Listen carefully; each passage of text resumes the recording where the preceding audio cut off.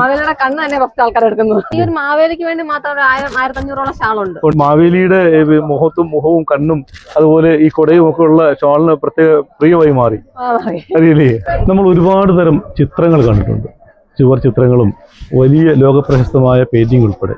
അതിൽ നിന്നൊക്കെ വ്യത്യസ്തമാവുകയാണ് കൊല്ലം ജില്ലയിലെ പുനലൂർ രാധാസിലെ തുണി കൊണ്ട് ചിത്രം നിർമ്മിച്ച ഒരു ചിത്രകാരി.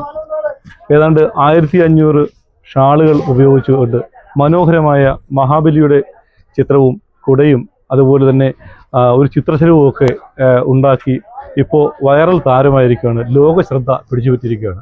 ഇനി നമുക്ക് ആ ചിത്രകാരിയുടെ വിശേഷങ്ങളിലേക്ക് പോകാം. ഇതാണ് ആ മനോഹരമായ മഹാബലിയുടെ ചിത്രങ്ങൾ.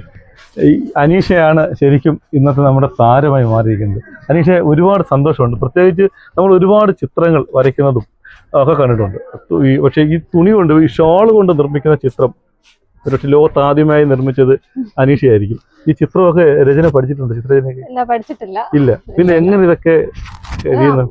പണ്ടൊക്കെ കാണുമ്പോൾ ചെറുതായിട്ടൊക്കെ വരയ്ക്കും എന്നുള്ളതല്ലാതെ ഉള്ളിന്റെ ഉള്ളിലൊരു ഒരു ചിത്രകാരി ഉണ്ട്. കഴിഞ്ഞ വർഷം നമ്മളൊരു ബട്ടർഫ്ലൈ അങ്ങനെയുള്ള കാര്യങ്ങളൊക്കെ ചെയ്തായിരുന്നു. ആണല്ലേ? പക്ഷെ അതാരും അറിഞ്ഞില്ല. ഇത് നമ്മൾ ചെയ്ത ലൈവിലൂടെയാണ് ആളുകൾ പെട്ടെന്ന് അറിഞ്ഞില്ലേ? എന്നിട്ട് അതിനുശേഷം കുഞ്ഞുമോനും കോട്ടവട്ടം കൂടെ ചെയ്തിട്ടുണ്ട്. ആ വാർത്തയാണ് ഏറ്റവും കൂടുതൽ വൈറലായത്. അപ്പം